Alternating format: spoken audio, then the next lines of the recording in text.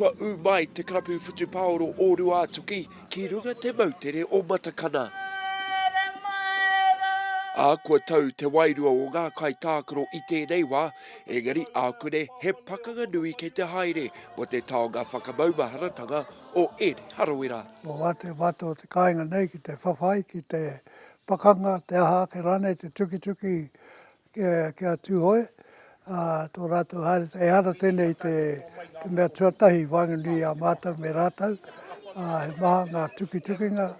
Hei pakana kei te hara mai, engari e hara he pakana tūmatauena, nai he pakana mo te arohaki. Nō reira, kei te nākau nui mātou ki tēnei taona, te whānau, nō reira ko te tūmanako, ka eke ki tērā taumata, ka whakahokia te kraua ki Wainanui a mātou, ki te kaina ki Ruatoki ki a Nan.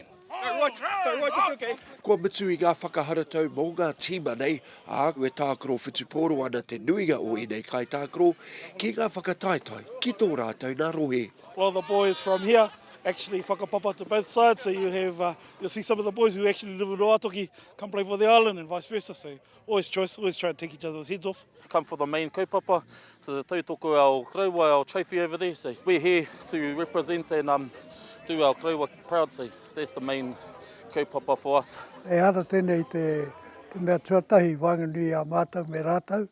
He maha ngā tuki ngā, I ngā tau ki muri, tai atu mātou ki reira. Whawhai te whawhai. E roa nā tau I noho mai ia ki roto o tāne atua, I raro I te tua nui o tōna ke whare I Tahuarani, tāne atua. Engari, I te harikoa katoa mātou, I hoki mai ia ki te mautere I tērā tau. Ko tēnei te kēmu te kaumātai kei wainga a Ruatoki me Matakana mō te taonga o te karaua nei. He ori te wikitoria-tanga o te taonga ki wainga I ngā karapu e rua. Ara ka tupa ki konei, ka kuraina ki konei. Ka tahi ki te haere te keme oranga mōna te wā e tupa ki ana. Ka tūtaki rāua kia rāu, ana kia te waisi. I tūtaki rāua I konei, I te mautere o Matakana, mea mai a Nan ki ahau, I hara mai ia ki konei, hei kai ako, I te kura I konei. Nā, I mea mai nā wāhine o te mautere I tērā wā, me tūtaki koe kia eri, ko ia te tanata pūrotura wātu o te mautere nei.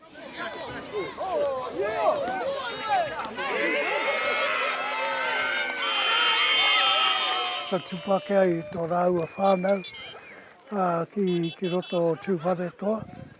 Ana I reira tana tākaro hutu pāoro, te hoki ngātu ki roto I a tūhoi, kei reira tonu. I eke ki te taumata tākaro mō Hawke's Bay, te āhua o tōna tākaro, he kaha, he meke kanohi, he nautarina, he oma tōtika. I tōna tanihana I konei runa I tōna marae o Pūkōrero. I rono hia te katoa o nā kōrero mai nā kai kōrero mō tōna kaha I runa I te whira whutupōro. He tanata tākaro whutupōro, manaki tōna whānau, whai puaka, hi ika, wera tūmomo mea. I te mutunga o te pakanga, nā wai I toa, nā ngā uri katoa o Ed Harawira. You know, after all of these games, it's all about, I suppose, the after-match, just catching up with whānau. The score's probably one side of it, but it's more the whanaungatanga afterwards.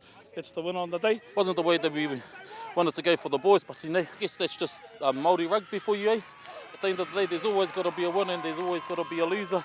Tough loss for the boys, but hey, we're here to represent and do our kraua proud. Kei konei mātou, kei te haere tonu te kaupapa, te kaumātahi tau, kei te harikoa mātou. Koira te mea nui, e ara I te mea ko te taonga anake. Engari ko ngā hono-honotanga I wānganui ngā whānau o reira, ngā whānau o konei. Mautere! Tolukanga mo Ruatoki! Ana! Ka noho te taonga Ed Harawira ki runga o Matakana, a te rātau pea ka huri te tai ki Ruatoki. He roi ni Waikato, Aukaha.